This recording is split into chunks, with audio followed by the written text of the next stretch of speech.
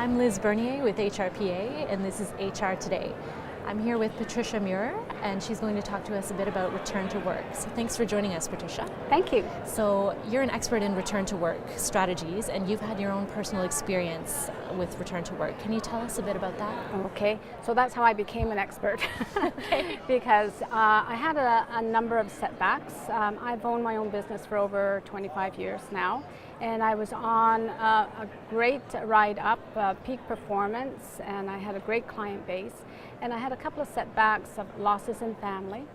And then in 2013, I actually had a setback. I was diagnosed with breast cancer. So my work with my clients is around standards and implementing business initiatives that are based on standards. And one of the standards that I work with is the one in Ontario, which is AODA, Accessibility for Ontarians with Disabilities.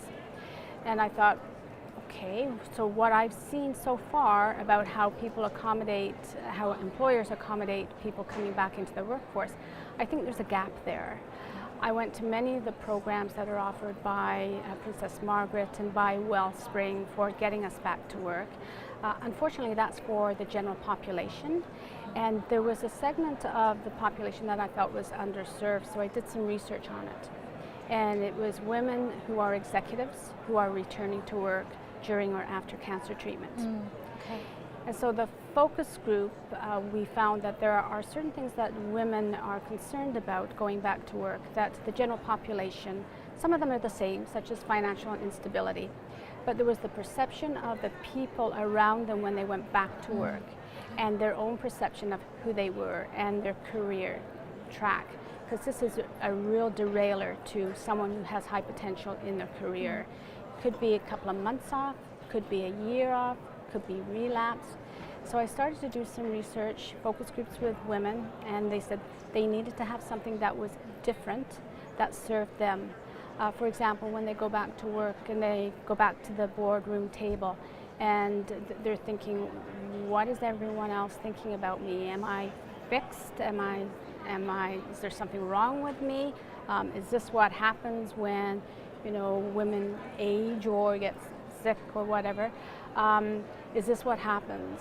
And so there's a lot of discrimination, whether it's overt or covert in a situation like that. So my research on cancer statistics found that 60% of people with cancer are in their highest productive time in their life. Wow. So definitely there's something that we need to do about that to make it more welcoming for them to come back to work, so that they then feel good about themselves, they see that their career is back on track. And what I spoke about today was what employers can do, not just for the employees, but also for the employees with the cancer or the critical illness, but also for the other employees around them. Because actually came out in the workshop today that there are people that are afraid when those people come back.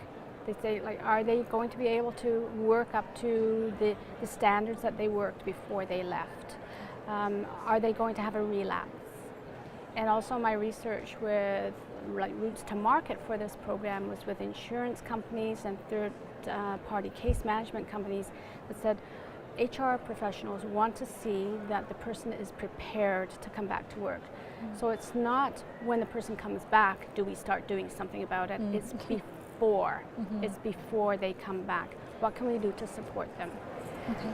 So you mentioned one of your key areas of focus is emotional intelligence, Yes. which is kind of a key thread in what you've been saying, the emotional aspect, the psychological aspect. Can you talk to me a little bit about just the importance of that and how it might be overlooked often?